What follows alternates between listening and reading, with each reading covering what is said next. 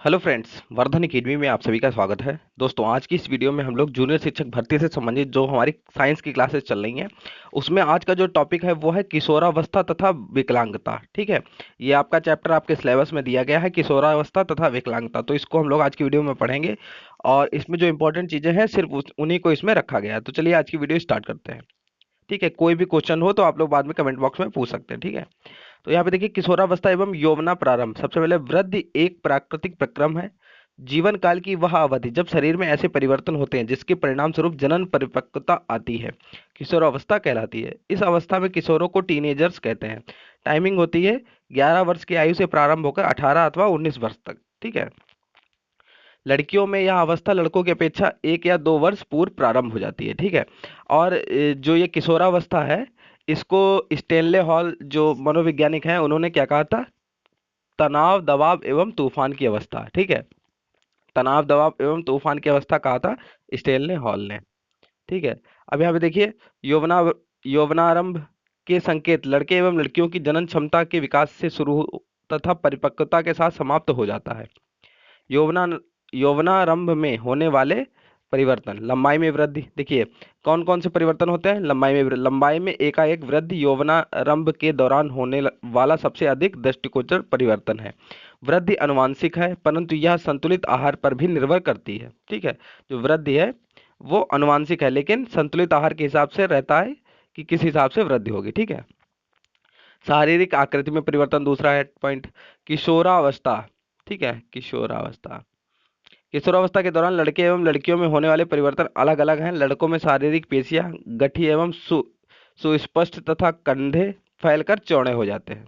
ठीक है, लड़कियों में कमर का निचला भाग चौड़ा हो जाता है। स्वर में परिवर्तन, यौवनारंभ में लड़कों का स्वर यंत्र विकसित होकर अपेक्षाकृत बड़ा हो जाता है, जिससे एडम्स एप्पल कंठमणि कहते हैं। क्या कहते हैं? एडम्स एप्पल या फिर कंठमणि कहते हैं। साथ ही लड़कों का स्वर गहरा होता है, जबकि लड़कियों में स्वर यंत्र छोटा तथा स्वर उच्च तारत्व हाई पिच वाला होता है। स्वेद एवं तैल ग्रंथियों की क्रियाशीलता में वृद्धि। ठीक है, किशोरावस्था में स्वेद एवं तैल ग्रंथियों का स्राव बढ़ जाता है। इन ग्रंथियों की अधिक क्रियाशीलता के कारण कुछ व्यक्तियों के चेहरे पर फुंसियां और मुहासे आदि हो जाते हैं।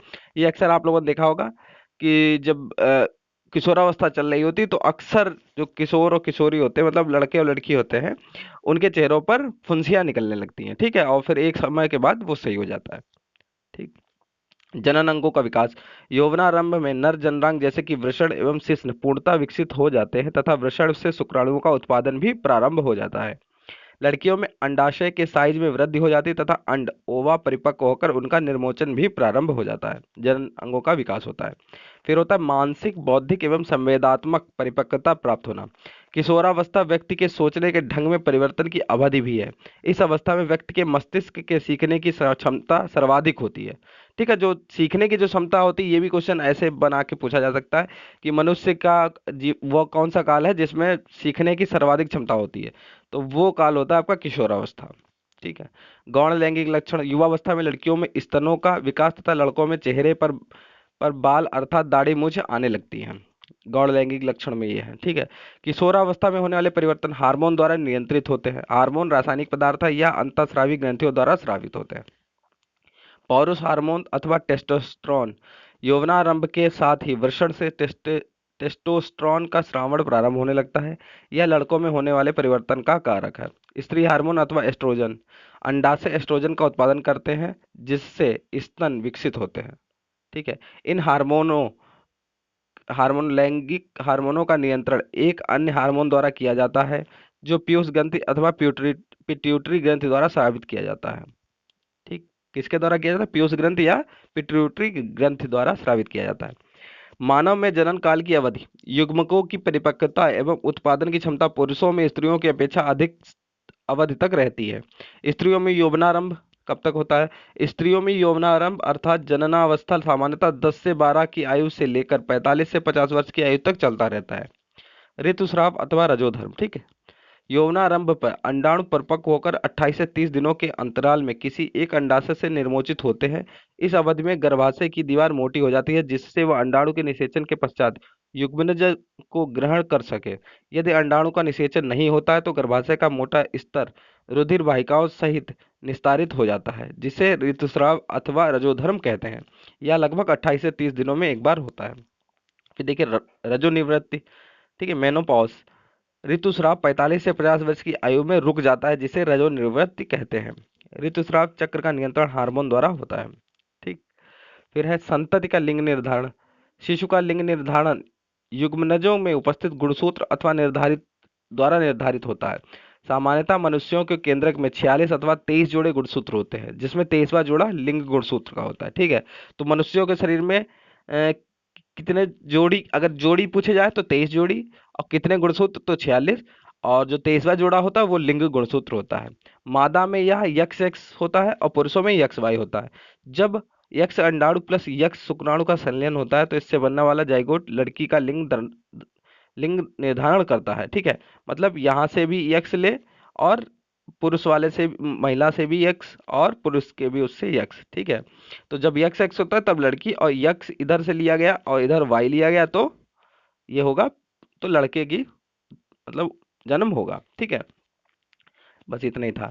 फिर अन्य हार्मोन, पीयूष ग्रंथि, वृषण एवं अंडाशय के अतिरिक्त हमारे शरीर में थायराइड, अग्नाशय अग्नाशय एवं एड्रिनल जैसी कुछ अन्य अंतःस्रावी ग्रंथियां भी हैं, जिनके स्राव पर नियंत्रण करती है, जो इनके स्राव पर नियंत्रण करती है। थायराइड ग्रंथि थायरॉक्सिन हार्मोन का उत्पादन करती है। इस हार्मोन के कम स्रावण से गायटर नामक रोग हो जाता है। अग्नाशय इंसुलिन हार्मोन का उत्पादन करता है, इसकी कमी से मधुमेह बीमारी हो जाती है। ठीक है, एड्रिनल ग्रंथि एड्रिनेलिन हार्मोन का स्राव करती है, जो क्रोध, चिंता एवं उत्तेजना की अवस्था में तनाव के संयोजन का कार्य करता है। इसे एफएफएफ हार्मोन भी कहते हैं, ट्रिपल एफ। पीयूष ग्रंथि वृद्धि हार्मोन भी स्रावित करती है, जो व्यक्ति की सामान्य वृद्धि के लिए आवश्यक है।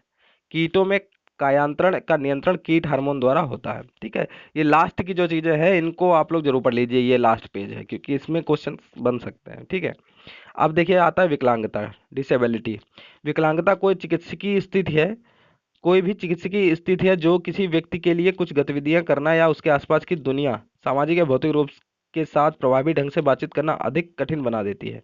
विकलांगता के कारण होने वाली हानियां जन्म से ही मौजूद हो सकती हैं या किसी व्यक्ति के जीवन काल में हो सकती है। ठीक है, विकलांगता के प्रकार, दृष्टि विकलांगता, बोलने में विकलांगता, श्रवण विकलांगता, मानसिक विकलांगता और लोकोमोटर विकलांगता।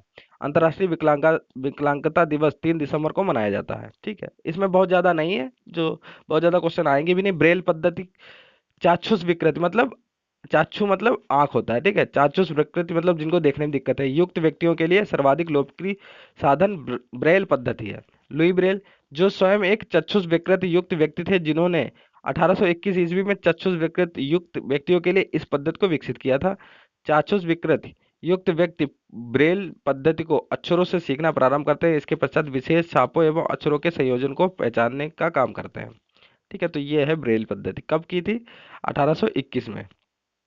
ठीक, और अंतर्राष्ट्रीय विकलांगता दिवस कब मनाया जाता है? 3 दिसंबर को। तो इसमें बहुत ज़्यादा कुछ नहीं था, लेकिन जब आपके सिलेबस में है तो फिर ये आप लोगों को पढ़ना तो चाहिए, क्योंकि एक दो क्वेश्चन में आएंगे तो एक एक क्वेश्चन की यहाँ पे वैल्यू है। ठीक है, तो दोस्तों आज की वीडियो में सिर्फ इतना ही है, और अगर कोई भी डाउट हो तो आप लोग कमेंट बॉक्स में पूछ सकते हैं। ठीक है, तो आज की वीडियो देखने के लिए धन्यवाद।